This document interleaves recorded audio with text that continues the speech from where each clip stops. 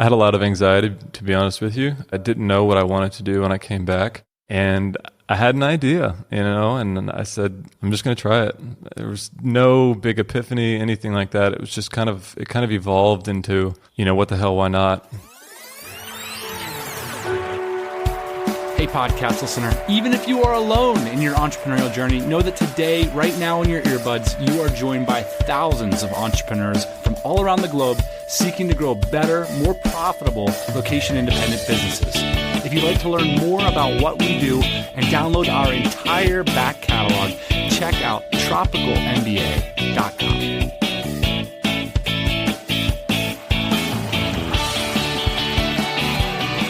Hey, yo, welcome to the pod. Boss Man is on paternity leave today. Big congrats to the boss man is due. Today's episode is called No Epiphany Required because you're not going to hear about a light bulb business idea or an overnight success today. And the reality is that even if that happens in the journey of an entrepreneur and people frame it up that way, like, oh, I saw this big opportunity or whatever, the day-to-day reality of being an entrepreneur has nothing to do with the feeling of having that insight. In fact, it's often the opposite. Like, you have no idea where you're going. You're confused. The path ahead of you is shaded without light, without epiphanous light. Okay? Today's the story of just keep plugging away, putting in the hours, and doing it your way so you can enjoy the journey. Today's guest, Chris Cage, first came on this podcast in 2015. And we're going to play back some clips from that ep just for fun to talk about his company called Greenbelly. Now, Greenbelly manufactures and sells mega-calorie, high-nutrient bars for people doing extremely long treks or cycle rides or activities where you need a huge calorie load. You basically need a meal in a bar. Stick around on today's ep, and you're going to hear why Chris, like me, is in love with Chiang Mai, Thailand, which is where we recorded this episode in person, and what it's like to appear on the Joe Rogan podcast. But let's start with Chris's entrepreneurial story. When he was on the show in 2015, there was a lot of question marks about his path forward. Chris's story starts a few years back when he quit his job as an accountant to embark on what would be a life-changing experience and what would eventually become the inspiration for his first book called How to Hike the Appalachian Trail, a comprehensive guide to plan and prepare for a successful thru hike.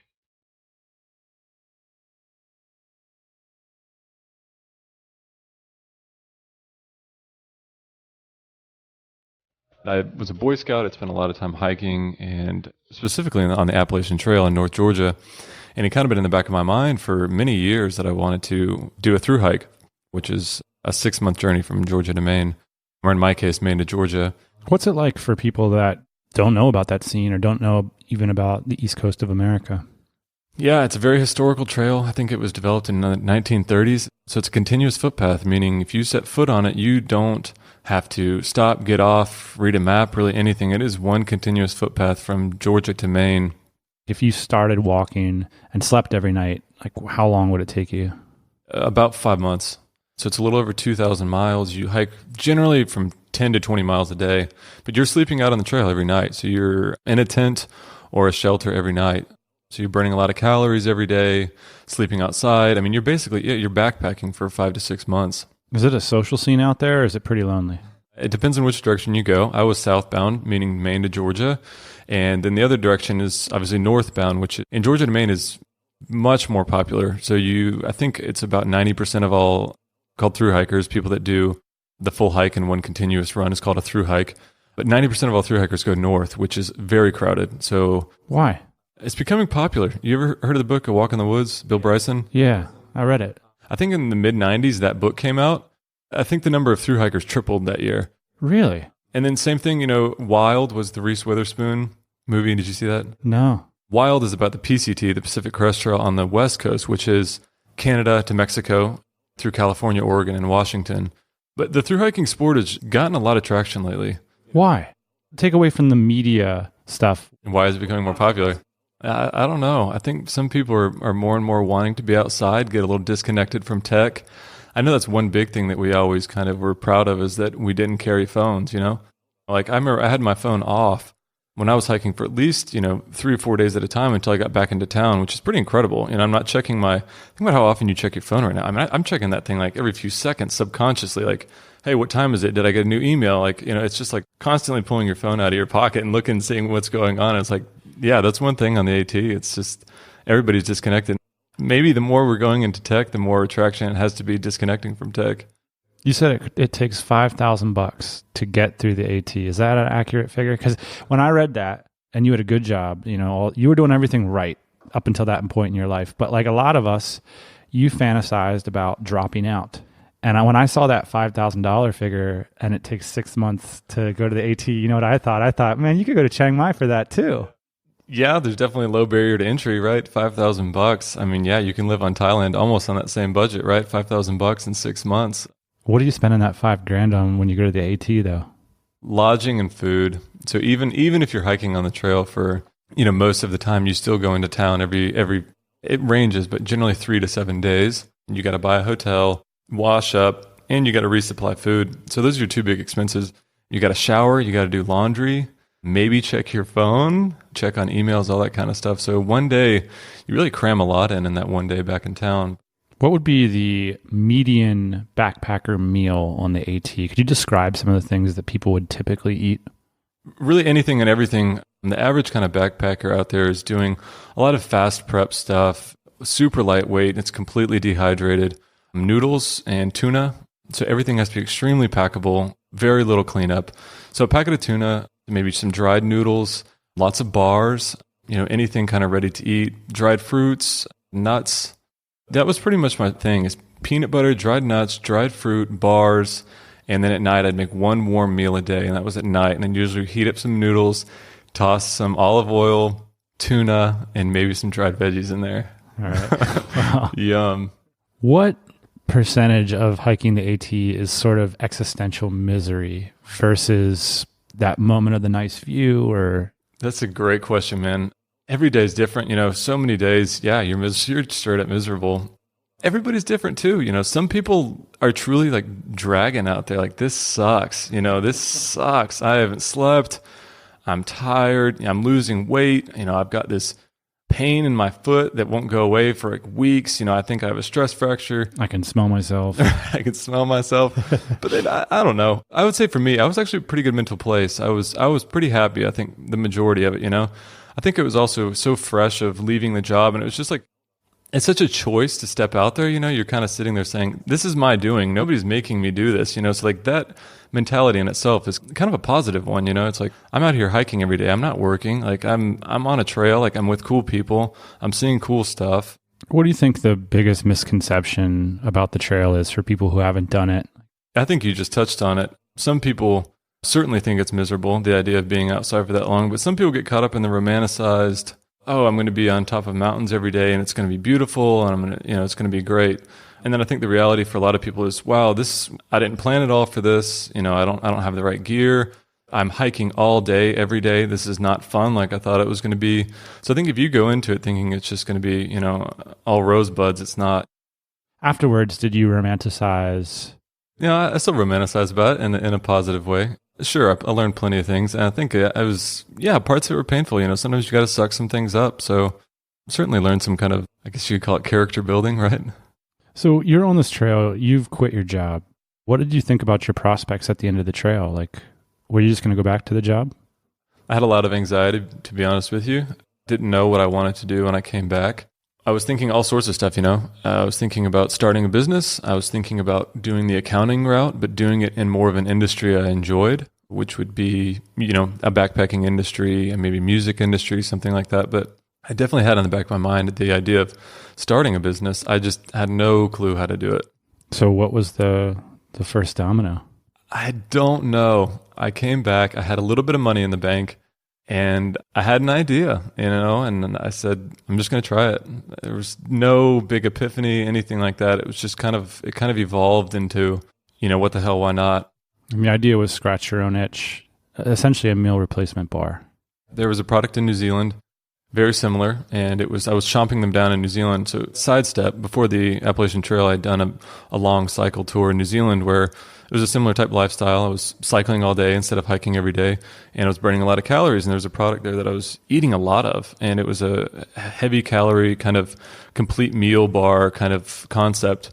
And I came back to the States, and when I was hiking the Appalachian Trail, it wasn't there. So I started kind of thinking about, well, could I make this similar thing in the States, And so I did, scratch your own itch. I was like, I want a ready-to-eat meal that's loaded with nutrition. I was eating a lot of, peanut butter and all that kind of stuff on the trail. I thought this concept, could really knock it out of the park in the States. And I had seen the demand, kind of firsthand on what I thought the product could do and could be, The product looks beautiful on the site. Why can't I just go buy a bunch of Cliff Bars, down at the gas station or whatever and load up on them? There are a few things. One is the structure and the intention of a Cliff Bar. Cliff Bars are about 200 calories per Cliff Bar. So with Greenbelly, we're about 650 calories. So you're already there going to have about 3 Cliff Bars to get just the calories. The second thing is nutritional balance. We do the 33% of your daily value kind of down the label for your macronutrients. So one Cliff Bar, if you tripled up, you can say, okay, why not just eat 3 Cliff Bars? The balance of nutrition down the label, so for things like fat, sodium, it's not going to be at that 33% level. You're going to be out of whack big time. So they definitely don't add up to a full meal. Structure, we added a lot of stuff like crisp rice to really make it nice and soft and fluffy. So you're not going to be eating 3 Cliff Bars for a meal that's like really dense, goes down like a rock in your gut. The last time you were on a show, I'm going to play some clips from it. You had just made $20,000 on Kickstarter.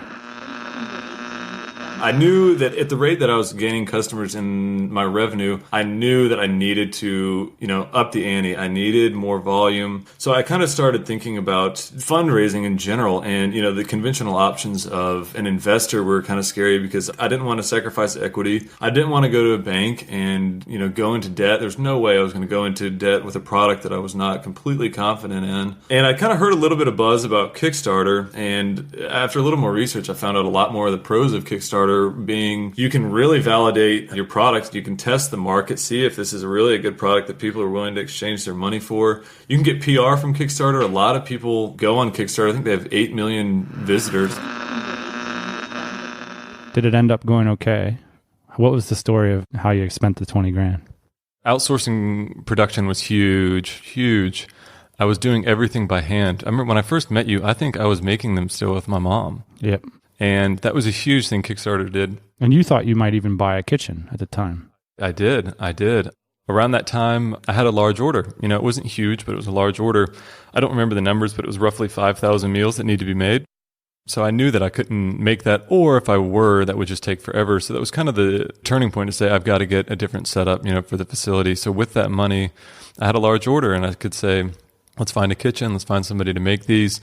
Let's get a nice certified facility. Let's get some employees. Let's get this thing set up nicely. So went and did a lot of research, found a facility that worked, and told them, kind of where I was and that I had this large order that needed to be made by a specific date. What was their ability? What was their capacity? And ultimately found somebody that we are still working with to this day, and they've been great. That was the biggest thing that I was able to do with the money was set up. It's like a professional commercial kitchen, basically. Yes, and they make granola. So they had some downtime in their production. They had extra storage. It was a real win-win. I came to them saying, I can take some of the overhead expense off your back, and at the same time, I don't have to take the full amount of risk to set up my own facility, train my own employees, deal with all that kind of nightmare. This was like 1,000 days ago, right? Dude, you're right. I know. And you had that podcast, 1,000 days. And what's the catch? Okay. So the 1,000-day principle states that when you start a new business, from the day you start making revenue, it generally takes about 3 years to replace your corporate salary from your business. You nailed me to a T on that. Really, pretty exact. So the 1,000-day mark for me, I think I had probably started to turn back to my corporate salary in accounting. Probably, who knows, maybe more like day 800, 850. Yeah, now I would say double my corporate salary, which is, it's been really nice. So it's been a long road, man, since we last talked. A lot of things can happen in 1,000 days as an entrepreneur. Oh, yes, definitely. So it's been a long road, but Greenbelly is doing well. When we first met, you were living in where? I think I was with my mom in Georgia. I think Ian and I were we want to meet you, come to Austin, Texas. And then we hung out we went out to dinner with a bunch of entrepreneurs, and they were like, all like, you know how it is, like when there's a younger entrepreneur at the table and everybody's like, oh, this is great, you should do this, you should do that. And all the old guys love to give advice. So the first thing we looked at when we looked at your product that I noticed, and you can decide how far you want to go into these details, Chris, but the first thing I noticed was like, you got to double your price, right? So right now you're selling the bars for how much? $4-ish. Right. And I said, Chris, where in America can I get a meal for $4? And you said nowhere. So right away. Except for McDonald's. Vietnam. Right. So right away, we decided, that you've got to double your price. And I think that that's a really important part of this because your margins look really thin. And if you're going to run a real business, you got to have some margins built in, especially in the beginning, because you got to have all these overhead costs. We're talking about a kitchen, we're talking about insurance, we're talking about your salary, all this stuff. So I think what we had to do was we had to lay out these spreadsheets. Last night was interesting. You were sitting around a table and entrepreneurs were just jumping all over you. The impact of being in a place like Austin has got to be pretty immense for starting a business like this, yeah? Definitely. And for any of you entrepreneurs out there that are doing a business by yourself, I think you can appreciate how lonely at times it is. So I think even last night, like talking to those entrepreneurs, like there was definitely some electricity for me, kind of like, whoa, that's a good idea. Like, hey, maybe I need to be coming somewhere where there are a lot of other entrepreneurs that we can kind of have a little bit of synergy, feed off each other, bang off ideas. So that's definitely another consideration that I'm thinking about is where do I see myself living where I can kind of get that sort of feedback and energy that it will be so essential to going forward in the long haul. You said, I need to find where I can get some of that feedback and energy that's going to be essential going forward in the long haul. So in other words, you've had this sense that to get to your 1,000 days, you needed to change your social network. I would have to attribute a lot of progress to some sort of network, The DC was great. Plugged in with a lot of entrepreneurs with the DC. I was in Austin, pretty much right after I saw you. I moved to Austin. There were a lot of entrepreneurs I connected with in Austin. I spent a lot of time not too far after that at DCBKK, right? That was that same year I went to DCBKK in Bangkok. And not long after that, I went up to Chiang Mai and stayed in Chiang Mai for nearly a year and met a lot of people. It's just a lot of conversations, a lot of little tips, hacks that you start learning about, seeing what other people are doing. So I've been in Chiang Mai for a while, and that's been huge. Why has it been huge? There's one narrative on the internet where like Chiang Mai is a bunch of people who don't make money trying to sell each other things. Yeah, I love it here. I think there's definitely that mentality of quote unquote not legitimate businesses. A lot of people are running affiliate sites or FBA is not a legit business. You kind of hear that stuff being tossed around because they're not more brand focused, I would think would be where they're going. I don't know. I think it's really scrappy tactics here. You learn these people are really growing it from day one versus a lot of people I feel like more, I'm going to say the States that I've connected with are doing it much more from a corporate approach with more funding, more of a team. Maybe they have a bigger vision, but I know for me, that's not the business I grew. I grew up bootstrapped by myself as a solo founder. So the type of people that I was connecting with were highly relevant here, Yeah, that's the kind of people that are in Chiang Mai is much more of those kind of bootstrapping people trying to figure out on their own. Let's just have some fun. Let's compare Chiang Mai to Austin because they're places we both spend a lot of time in. People-wise, I've met a lot of similar people in both places. There are people here literally right now that I was hanging out with in Austin. So some of them are interchangeable, and I definitely met some more quote unquote heavy hitters in Austin. I will admit that, that they were really gunning, they were shooting high. I think one thing in Austin that doesn't have that Chiang Mai does is throw around the word community. But you go to a coffee shop here, I feel like I'll sit next to somebody that's like, it was 2 days ago, I was sitting at a coffee shop and somebody was talking about SEO. He was right next to me and he just was literally throwing out these tips for backlinks to me.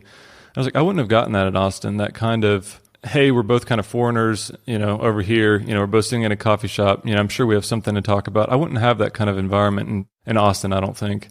The percentage of people out here that are doing their own thing or quote unquote being an entrepreneur, almost every expat here is doing their own thing, which you think about in somewhere like Austin, that is not the case. There are a lot of employees in Austin that are working for somebody else, And I think that here it's like when you meet somebody, you're going to have something to talk about. They're going to be working on something and they're going to have some knowledge to bring to the table that maybe otherwise in Austin they may not, I have to say it, like there's a kind of an interesting realism to it because there's this kind of self-ownership in expat circles that I really enjoy. And to me, the scale of what people are doing is never as interesting as like the intrinsic value of what they're doing. But in the States and in like more developed economies, the reality is that most people can't be entrepreneurs because of the cost structures. And so most of the people that you run into have these belief systems about themselves vis-a-vis the role that they play in whatever organizations they're in.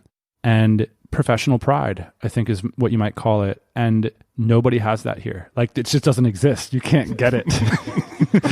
So like you might be doing something that's like small or medium or whatever, but it's you. Yeah. It's what you're doing. So I like that.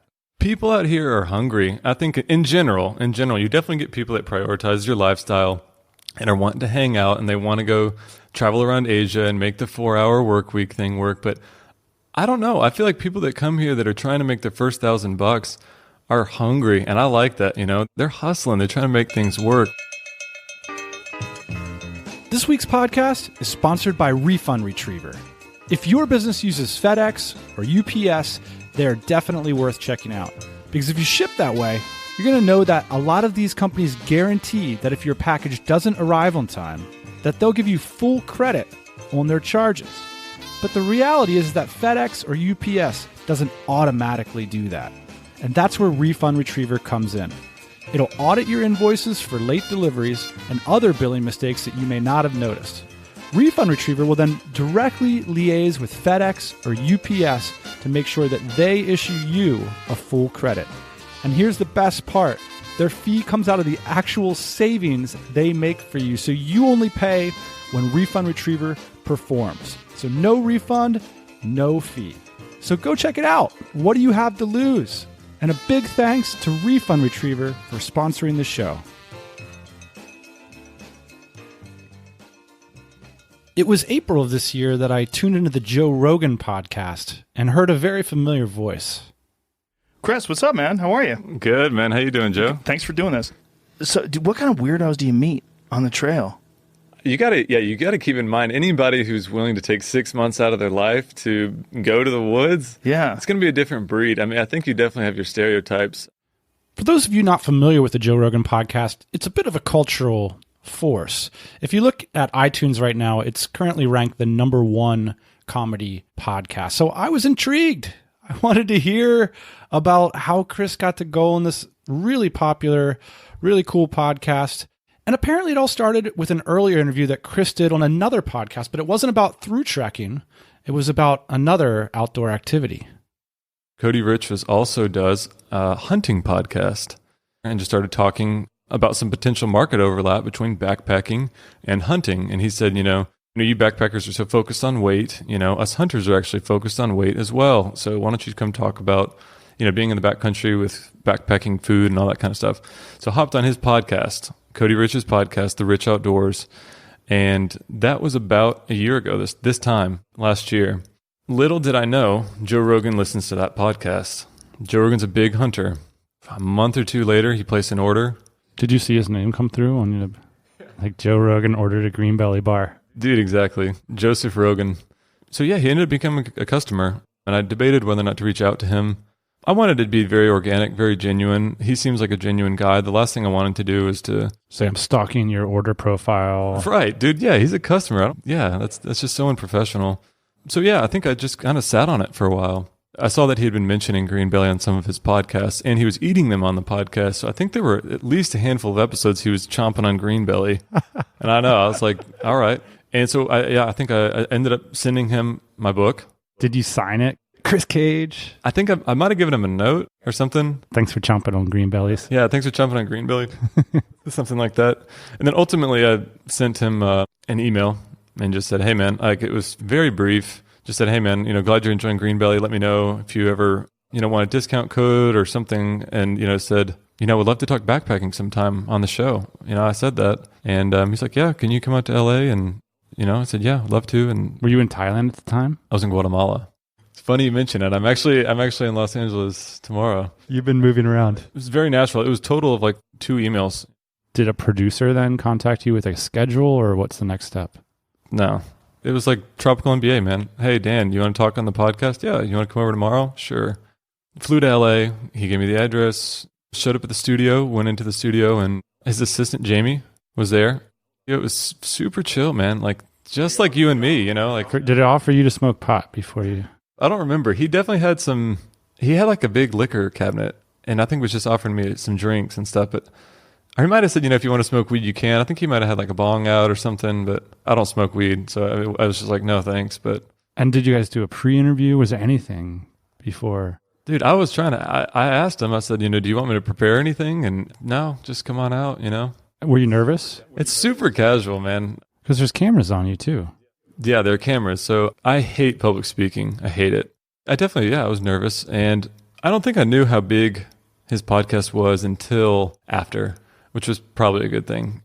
The fact that I knew who Joe Rogan was meant that I knew that he was semi-celebrity status, right? But I didn't know to the degree of how popular his podcast really was. And I looked it up later because after that, I had so many people contact me like, dude, I saw you were on this. I'm like, what? Like, I didn't know all you people, like all my friends like watched it, Yeah, so then I started getting a sense of really how big it was. And I probably would have been more nervous if I knew how big it was, And what was the impact on your business? It was big. What percentage of growth would you say? I've thought about that a lot, and I don't have a good way to quantify it, honestly. I would guess maybe 25% boost directly or indirectly to Joe Rogan. The only way I have to know it, because, a podcast is all audio. It's not like you can track links, and it's kind of word of mouth. Like, we do have a survey after you order. It says, how did you hear about us? And I think about 10% of customers fill that out. So you have a huge margin of error there, right? But of that 10% that filled it out, I think it was about 25% this year. So Joe Rogan, cool guy? Really cool guy. Super humble, super genuine. It was pretty cut and dry. It was like he showed up on time. We recorded the podcast. After the podcast, he had some other stuff to do. He was like getting down to something else right after that. And well, he definitely got his chance to talk to you because his podcast is unique in that he does at least half of the talking. Yeah. So it seemed like he wanted to have you on so that he could talk about hunting. You're sitting there. Well, I wish I would have prepared for it more, frankly, to think about just some more topics that I could have, jumped into. I really didn't know what he wanted to talk about. If he wanted to go backpacking, did he want to talk about nutrition? Did he want to talk about business? I wish I would have thought a little bit more about conversations to jump into, because I think in hindsight, I was not as talkative as I could have been. And I think in reality, he said, I'm going to fill in some of these cracks. But you're right. He does do that a lot. He'll have guests on there. The next thing you know, Joe's the one interviewing Joe.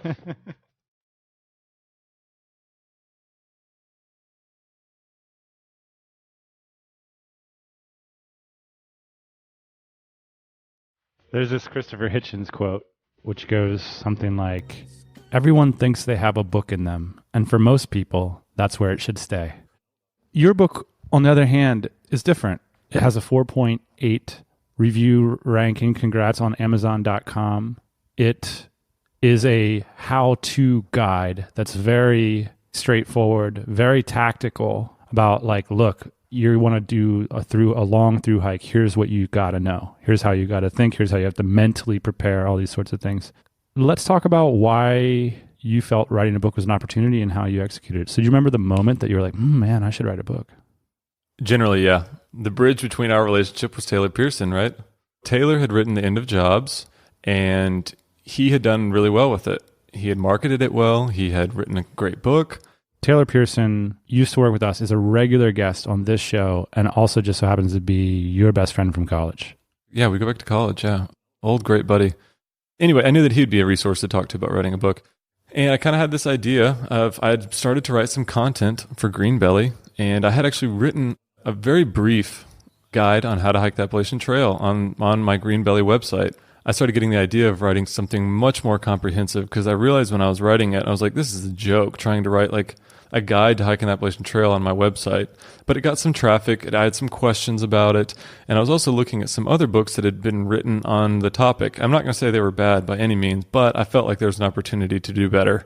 And so I knew that Taylor could help me a little bit with more of the nuts and bolts of how to launch a book. I had no clue how to do that, One thing that was unique about this book versus Taylor's was, or for any book for that matter, was I was viewing it like an Amazon product. So what I did is, instead of saying, this is a guidebook, and because people are looking for how to hike the Appalachian Trail, it's going to do well. Oh, and I have an audience to market it to, so it's going to do well. I said, what's the keyword search volume for Appalachian Trail? And, that's exactly what, FBA guys do. And is there an opportunity to outrank them? Can I make a better product? And the short answer to that question was yes, So then I started thinking about writing the book. And once I kind of talked to Taylor and had the idea to do the book, I literally just cleared my calendar for a month and wrote it. And tell me about that process. What does it look like? I wrote an outline. One of the tips that Taylor told me was make an extremely detailed outline, because once you start writing the organization, if I start writing a paragraph, I don't even know, for example, about what, all right, let's say I'm talking about backpacking tents in the book, and I'm start talking about the best materials for your backpacking tent tarp. However, farther down, I was talking about the same materials, but on backpacks. It's like, so if I start writing and then realize this misorganization, you're too late into it. So the big thing that Taylor was helping me do is write a killer outline that's really paragraph by paragraph for the whole book.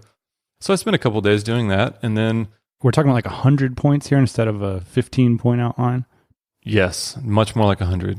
I mean, I think my outline was like 3 or 4 pages. Literally almost outlined every paragraph. So you have like almost 3 words per paragraph, this. That was a very robust skeleton, if you will. And I operated Greenbelly on Saturdays. It was Monday through Friday. Don't ask me questions. Don't talk to me. Like, I'm not looking at anything, head down. It was a month of writing, wrote the book, and then it was just getting a decent launch strategy and then getting a cover, and that was kind of it. Honestly, I get kind of bored sometimes, and the idea of writing a book sounded awesome. I was like, this sounds great. I can knock this out in a month. Who knows? I might learn some marketing tactics while I'm at it. It makes a little bit of money on the side. Great. Decision made. I'm doing it. Was there something surprising about the process? It's not as hard as you might think. That was one big thing. It was essentially like a really long content post. And I've been writing content, and it's just like, think about, instead of 1,000-word content post, you write a 40,000 content word post. Everybody's done a research paper in college, right? Maybe not a 40,000-word research paper, but that's just all it is, You've been doing some great content on Greenbelly. Is that your primary marketing strategy at the moment? If I could kind of break it down roughly, I would say maybe 25% is content. That brings traffic to the site, that builds newsletter.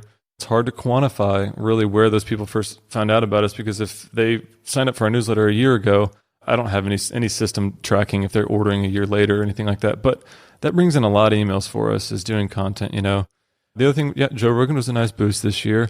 We had done, just from being around a couple years, we had gotten a lot of PR from different outlets. I think we had talked about that when I first talked to you. You have always been pretty good at getting PR. Yeah. So that was one thing that just kind of slowly, organically, just accumulated customers was, getting more and more PR.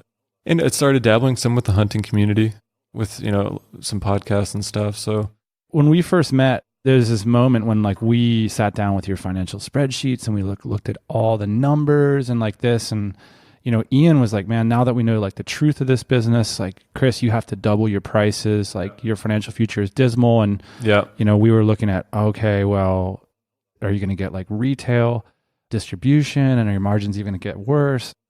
There's always this moment. I think you felt this way when you got your first Kickstarter campaign and you had your first few customers. We were kind of like, man, I'm kind of in the shit. Like, I got like a little bit of momentum here. And now you come here 100 episodes later and your margins have improved vastly and you're in a much better spot. Yeah. What didn't you know then about how building, like basically going through the trough of sorrow, that part where you were right at the beginning of the trough of sorrow, where it's like, you had a website, you had some sales, you had a good Kickstarter campaign, but you were just about ready to go into this moment where it's like, holy shit, like this might not be financially viable at all. Yeah. What happened? That's a huge question.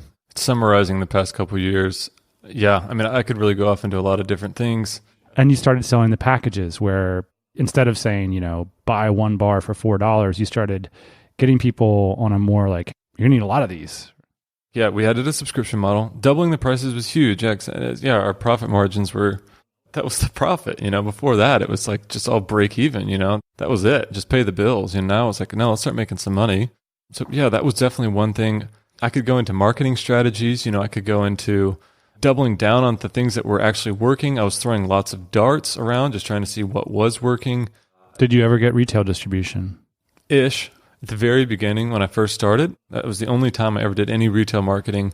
I think I had reached out to like 50 stores and sent them all samples and said, do y'all want to order? And some ordered, some didn't. That was like pre-Kickstarter, Now I'll have some stores emailing me saying, hey, can we get you in our stores? So if they do that, I'm happy to stock it. However, I'm not doing any marketing budget into that at all. I'm definitely not proactively seeking retail distribution by any means.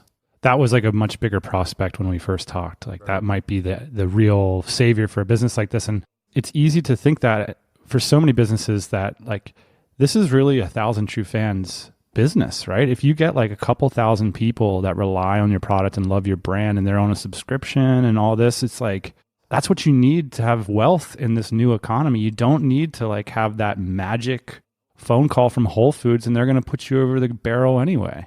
No, and it's funny when you talk about retail and you could counter and say, why aren't you pushing retail? And this might sound short-sighted for the business. From a business point of view, the margins aren't as good with retail, right? They pay you late. They pay you less. Sometimes they make you buy it back if it doesn't sell. Just from the financials, I don't like retail, but from the lifestyle, I don't like it.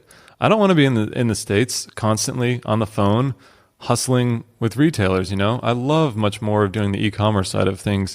And I feel like long term, that's just so much more opportunity with e-commerce. It's what I'm interested. It's what I want to leverage. So it has been interesting also a mentality shifting from that retail idea to more just saying, dude, e-commerce is where my money's coming in. It's what's working. Like I'm not wasting any time with retail. It's almost like it sounds like you did what you needed to do for you. And your customers you attracted to customers that worked for you. Sure. Yeah, you could say that. Probably you can't just be the official food supplier of the Appalachian Trail. You got to figure out a way to change the brand and bring it to busy people that want meal replacements. And you got $20,000 in your pocket now. What are you doing with that? Yeah, what's next? The big things is lining up production. Like I said, I was doing everything on my own. That has to be new facility. And the other thing is rebranding. Like you mentioned, Appalachian Trail thru hikers, it's just a tiny market. So part of the rebranding, I think, is going to be new packaging, new website. Where do we fit in the market? Are we just a thru hiker meal? Are we going after executives? Where do we fit into the market? So I think those two things are the big things I'm grappling with right now. Are there people buying these bars that aren't backpackers now? Are there business people buying Greenbelly to save time yet? Yes and no. That's definitely not our big customer base is busy people. But I can tell just from, customer inquiries, it's always, hey, I eat these every day when I get home from work and, stuff like that. But as far as our marketing efforts, it's 100%, I should say 90% in backpackers. Hunting is the other one. Hunting is something that's coming more and more into Greenbelly. More and more hunters are starting to get on. That could be some Joe Rogan stuff. But I've noticed the hunting market there's a lot of overlap. They really do focus on weight. And that's something that I'm just learning now. I'm just unfamiliar with that market. Hunting to me, when I grew up hunting with my dad, but it was Billy Bob and the duck blind kind of hunting. It wasn't like these guys. These guys are like carrying bows and hiking 20 miles into the backcountry and some seriously intense stuff. And weight is a huge priority. They don't want to be carrying big stoves and that kind of stuff into the backcountry. So hunting is something I would like to explore more. All right. So here's the hardest question of the whole interview. Dun, dun, dun. And the last one. A lot of people are in that position you were in when you first came on the show, where you kind of look at your numbers and your heart skips a beat and you got a little momentum, but you're not really sure if you're going to make it. Most people who want to start a business never even get themselves in that position, by the way. You got yourself there. What would you say to yourself back then? It would be much more kind of a mental thing, stick to it. Because, even well after we talked, there were constant doubts, Keep to it, man, because you're going to doubt this for the next 600 days, But yeah, no, it's been a long road.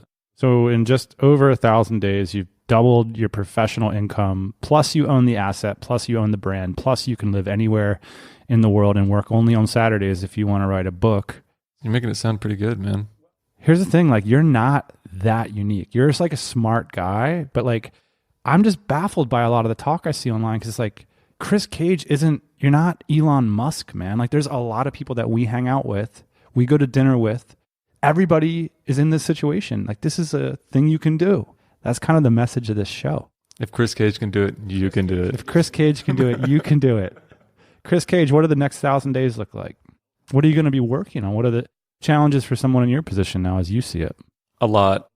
I get bored, I think that's a big confession that I constantly wanting to do new things, I'm going to launch a new flavor next year. That's going to be exciting. That'll be the first really big kind of Greenbelly development. I haven't launched a flavor since we launched, which is kind of embarrassing. But that doesn't really solve the fundamental boredom problem, right? Like, you're not electrified by this new flavor. No. And I have about 3 other ideas I've been thinking about executing, some relating heavily to Greenbelly, some not at all. I'm just going to kind of keep exploring. I think, you talk about, look at now that I have this asset. One thing that I'm really interested in is exploring on leveraging that asset more in unique opportunities, whether it's a different product, an overlapping brand, it's just exactly what I did with the book, is just leverage Greenbelly's platform. I had a nice newsletter I could leverage. So I think, future opportunities would be something along those lines. Cool. Keep on hiking. Yeah, keep on, keep on.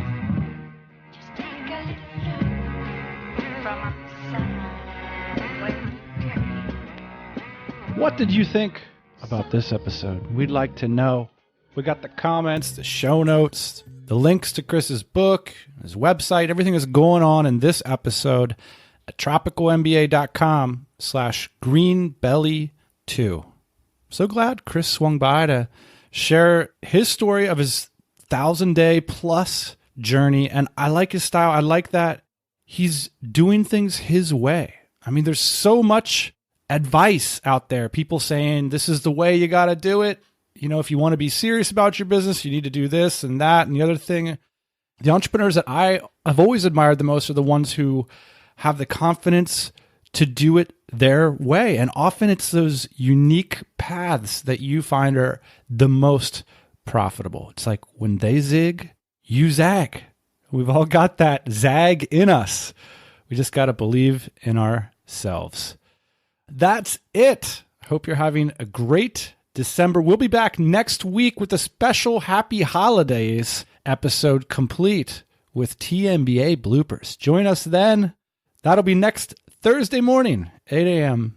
Eastern Standard Time. Thanks for listening. Hey, thanks for listening to the Tropical MBA podcast. You can go to TropicalMBA.com, get access to hundreds of back episodes and all kinds of other goodies. Load up your iPod. That is the cheapest way to fly business class on your next international flight. We will see you next Thursday morning, 8 a.m. Eastern Standard Time.